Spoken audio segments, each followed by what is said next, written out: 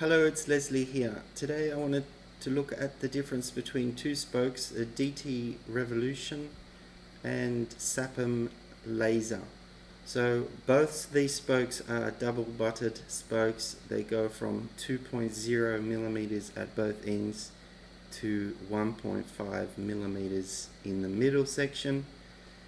I have used revolutions in the past, but I'm not a wheel builder or anything like that, so I've used them on, I think, just one wheel set. And this is the first time I've got my hands on Sapim laser spokes. I mainly got those because they're a bit cheaper and they had them in the right length. But anyway, I will show you the difference. The differences that I could see is, apart from the obvious differences like the DT spokes have this marking, have this weird marking there. Sapim spoke has no marking there at the end, but it does have the name Sapim.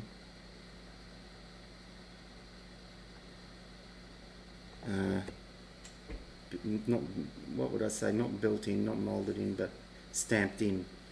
So what I could see was I was a little bit disappointed when the Sapim spokes got here, because I could see straight off that something was not as good as maybe it could be. I noticed that the transition from the thick ends to the thin middle occurs more gently. This is the DT Swiss Revolution. So the transition is a lot, let me just get that into focus. The transition is a lot smoother. It's not focusing. Whereas the transition on the laser, the Sapim laser, is a lot faster. It's a lot shorter. Also, I'll try and do this. It's a bit tricky with this camera getting it to focus that close, but I'll twist the spoke around and show you the end of the both spokes. What I noticed was that the Revolution spokes are, yeah, like I say, the transition occurs over a longer period, but it's also a lot smoother. So we'll have a look at the Revolution first. Let's hope this focuses. There it is. So I'm twisting that around. So it looks pretty smooth, well made, what you'd expect. I guess I've taken that for granted, because when I look at the laser spoke, this is the laser spoke, have a look when I twist that around, you'll see kind of fluting. So it kind of has a star-shaped cross-section in the transition zone. Now it might be that it's just they work hard and so strong that it's the harder it gets, the harder it is to form. But I mean, DT Swiss can do that transition a lot. The DT Swiss spokes seem to be a lot, for me as a material scientist, they seem to be, the tolerances are better on the DT Swiss spokes.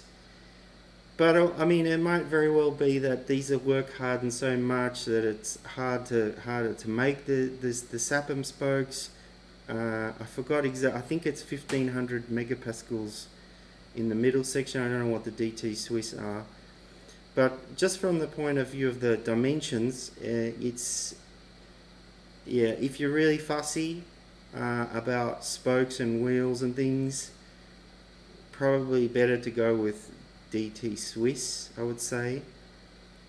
I didn't pay too much per spoke for the Sapims. I think they were 72 cents, euro cents each spoke, whereas DT Revolutions are a bit more than that. And I'm just building a mountain bike wheel set. I'm sort of a bit more OCD about my road bikes. I wouldn't be too happy to put those on a road bike, but hey, you know, they're strong spokes. All I'm saying is that the all I'm saying is basically it's not even a review of the spokes. It's just an observation that the transition zone between the 2 millimeters and the 1.5 millimeters seems to be more well controlled on the DT Swiss spoke, and it's nice, smooth, which is kind of how you want it, because you don't want stress razors, stress concentrators. So anyway, I hope you learned something from my quick video here about the spokes. That's all I really wanted to talk about today. Thanks for watching. Bye.